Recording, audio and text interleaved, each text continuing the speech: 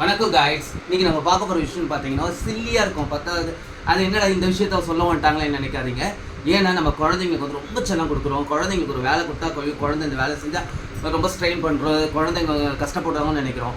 நம்ம +2 வரலும் நம்ம கண்ட்ரோல்லே வச்சுக்கிறோம். திடீர்னு காலேஜ் பார்த்தீங்கன்னா வெளியூர்லேயோ வெளிநாட்டிலையோ இல்லை நான் வேறு இடத்துல ரொம்ப தூரத்தில் கிடச்சிச்சுன்னா குழந்தைங்க போகிறதுக்கு ரொம்ப ஸ்ட்ரகிள் பண்ணுவாங்க.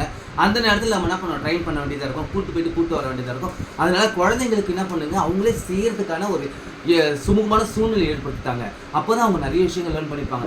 ஏன்னா என்னோட எக்ஸ்பீரியன்ஸ்லேயே என் பையன் அடிக்கடி சொல்லுவான், அப்பா என்னை தனியாக விடுங்க, எங்களை போக விடுங்க, நீங்கள் கூடயே வராதிங்கன்னு சொல்லியிருக்கான் என் பொண்ணும் பையனும். அதனால் அதுக்கப்புறம் தான் எனக்கே புரிய ஆரம்பிச்சோம், குழந்தைங்களை நம்ம வந்து ஃப்ரீயாக விடணுன்றதுனால. அதனால் சின்ன குழந்தைங்க என்ன பண்ணுங்க, ப்ராக்டிஸ் கொடுங்க. ஒரு விஷயம் அவங்க வந்து ஃபெயிலியர் ஆகிடுச்சுன்னா அடுத்த வாரம் கண்டிப்பாக அவங்க சக்ஸஸ்ஃபுல்லாக கொண்டு போவாங்க.